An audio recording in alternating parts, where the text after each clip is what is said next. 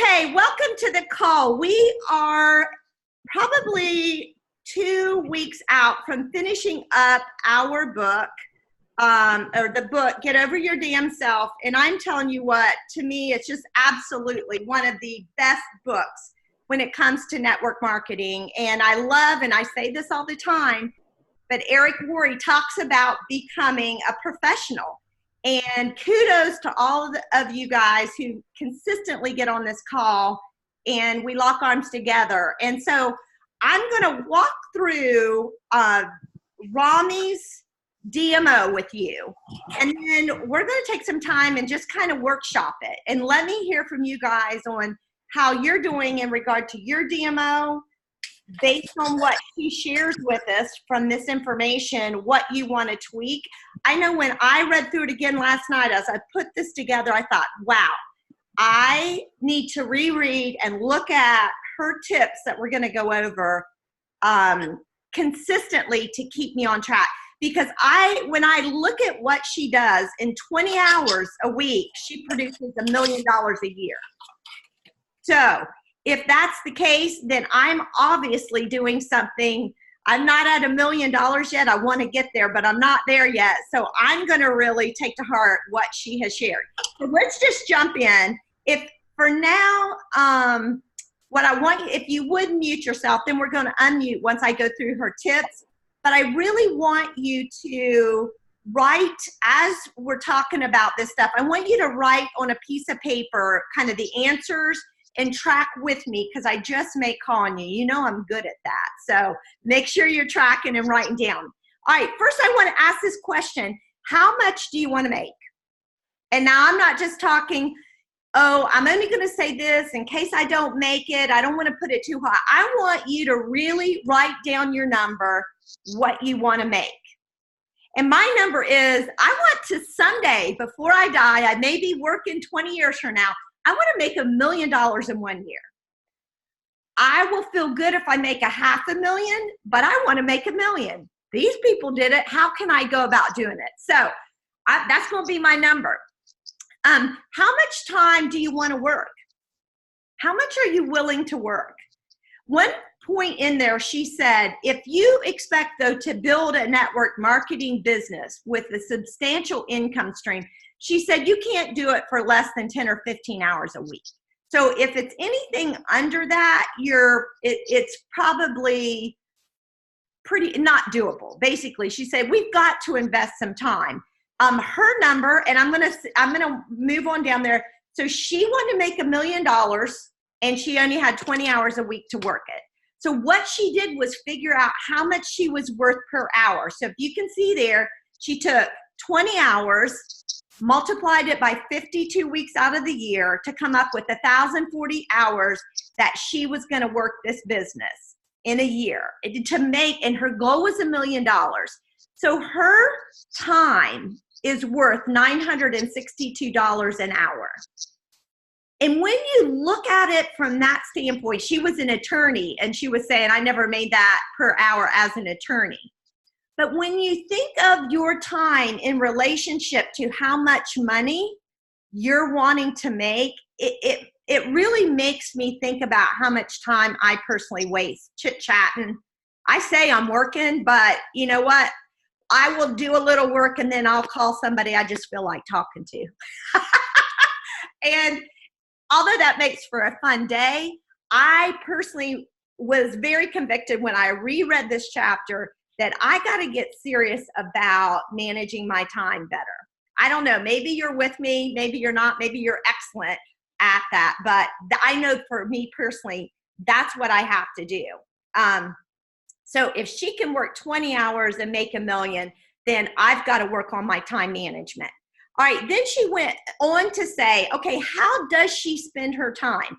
So she said, we ought to be spending 85% of our time on these 3 areas. Personal prospecting, meaning you are continuously building your business. You're bringing on new customers and new distributors, particularly new distributors.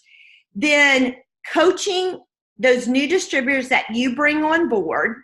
and doing three-way calls, whether it be you're bringing people into the business and you're going to your upline and having them do a three-way call, or you've got people in your downline asking you to do three-way calls.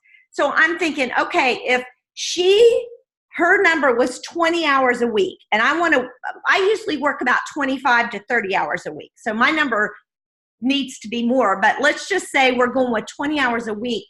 17 hours needs to be full of those three activities.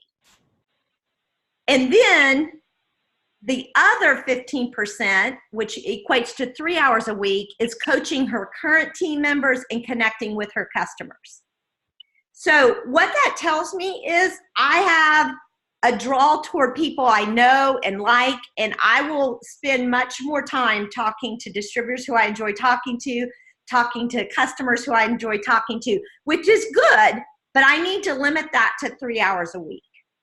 And you know what? When I look at that, I'm like, this explains why she's making $1 million a year and I'm not. So anyway, take a look at that and run those numbers and kind of put on your paper, okay, here's how many hours I need to be doing these activities and how many hours these activities. Now, she gave a couple of tips about this. She said, to build your business, you have to invest 10 to 15 hours a week. And I'm here to tell you, I've been doing this 19 years. I've never worked less than 15 hours in a week. I just haven't. Because you know what? I want to build and grow a business. And what I've seen over the last 19 years with people, and do not get into this habit because it'll suck the life out of your business. And that is, work it really hard for a couple weeks and then not touch it for a couple weeks. That is death to your business. Where even if you only say, I only have 15 minutes, you're on vacation, still just log in some time, wherever it be, whether it be talking to new people you're meeting while you're out and about, or checking Voxer and connecting with your team, but somehow, some way, connect with this business every day. And then she said, she was talking about some time wasters. She said, only spend 5 minutes on Facebook when you're trying to make a post. And what she said, of those 5 minutes, she makes a post, she comments on 5 posts, and she gives a shout out to a couple of team members. And then she said she literally sets a timer because, this weekend I was at the Birmingham Regional, and I forget what they called it. The scroll hole. I thought that was cute. Don't get sucked into the scroll hole where you're scrolling and an hour has gone by.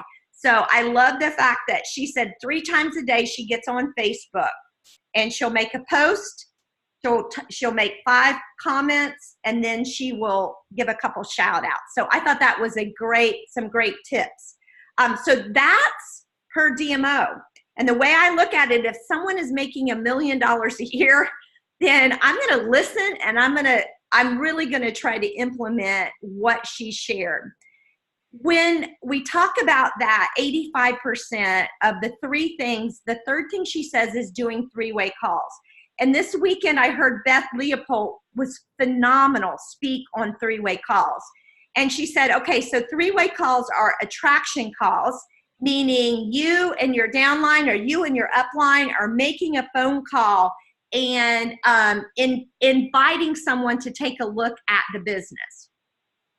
She talked about launch calls, and that's when you have somebody who wants to join you in the business and you launch them and get them started in the business. And then there's customer calls and then coaching calls. So those are the 3-way calls that you want to be engaged in and involved with.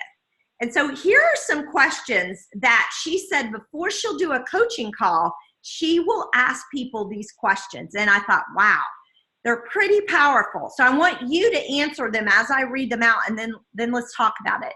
She said, how many people did you reach out to last week? And I love it, and I haven't posted mine yet, but in our coaching chat, that's one of the things we all need to be doing is saying, here's what my activity looked like last week, because it's holding ourselves accountable if we really, truly want to meet those income goals that we've set for ourselves. How many 3-way calls did you bring to your upline? How many 3-way calls were brought to you? You guys, because these three-way calls, it's that third-party validation, and they work. And I was listening to Beth Leopold, and she's got 8 NMDs under her. And I thought, wow, she's doing some things right. I'm going to listen to what she said. And she said, literally, don't do anything you can't do over the phone in a three-way call. And I thought, ooh, that's pretty powerful thought.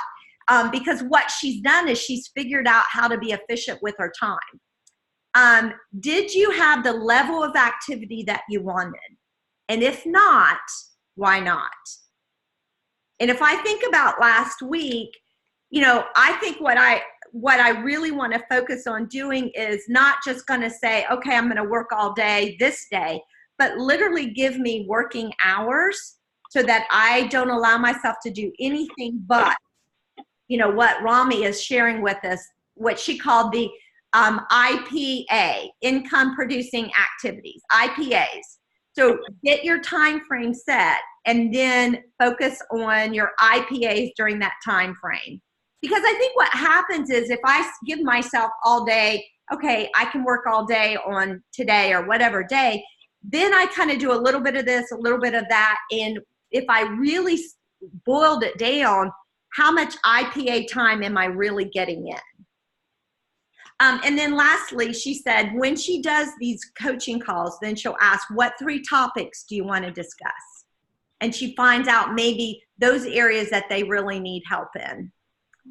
Okay, so then here was her closing tips. She said, work with your body. So if you're a morning person, then schedule your, I love what Teamsy talks about, your power hours in the morning, or your IPAs in the morning, your income producing activities in the morning, if that, or if you're a night owl, then do it at night. And then she said, don't do anything in person you can do over the phone. And what she's doing is focusing on efficiency. And then she talked about multiplying your time, not multitasking, but multiplying your time. And that's why that power hour, if you're not familiar with what I'm talking about from a power hour standpoint, it's literally setting an hour on your clock, and all you're doing is connecting with people during that hour. And, you know, she said all the things she does, she what she calls is batching, or she puts them all together so that she's much more efficient and she gets things done. So if she's doing 3-way calls, she'll just set an hour of time where she's doing 1 3-way call after another, or inviting people to an event, then she'll batch that activity. So it's not multitasking, but it's pulling like tasks together so that you get the benefit of really working through something pretty, doing those IPAs really quickly. All right, then she gave these tips on how not to get distracted. She said, check your email only 3 times a day. Only 3 times a day, and limit your time when you do that.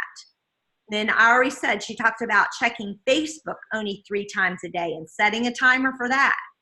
And then doing your daily power hours, setting that hour, and don't deviate from, you know, if you've got 5 or 6 people that you need to connect with, don't deviate from that till your hour is done. And then set your work hours by weekly planning. She talked about every night taking 15 minutes and planning your next day out.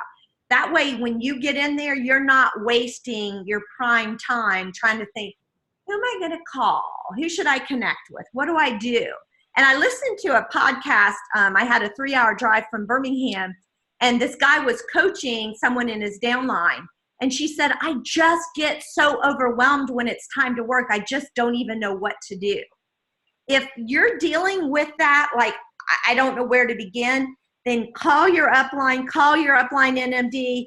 You want to be crystal clear when you sit down to work that you're not wasting one bit of time trying to figure out what you're going to do. Instead, you're doing that IPA, those income producing activities when you're working. And when, you know, you've got a little bit of downtime, that's when you do your planning so that you can hit the ground running. And then lastly, only use text for urgent matters. And I thought that was pretty interesting. You know, a lot of times I think we quickly will fire off text messages and feel like we've been productive. And I'm very guilty of this too. But really making those connections with people, that's when it's going to pay off. Yeah, maybe sending a text to follow up, inviting someone to an event and reminding them is one thing. But that initial invitation, I was really convicted thinking I need to make phone calls for that initial invitation to an event. It's going to be harder for someone to say no to come out of their mouth versus sending me a text with an excuse why they can't join me. So those were tips from Rami, and I'm going to stop the share and let's just kind of talk about what areas maybe that are a challenge that you guys are hearing. As I went through all of that, is it, you know, for me personally, I think what I walked away was I'm going to set my working hours. And now, granted, we all have different, some of us are working full time, so it may look different. But I think being real intentional and tightening up my day, and like, I think I'm gonna put a sticky on my computer that says IPA. Am I doing income producing activities, or am I kind of fiddle farting? I can do that. I am a talker, as if you guys needed me to tell you that. And I can waste a lot of time because I like people.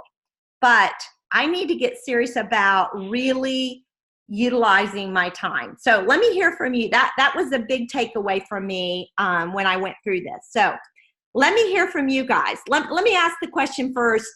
How much time do you guys have to work this business? What's your average time you invest in this business? At this time for me, Tommy, is about 40 hours.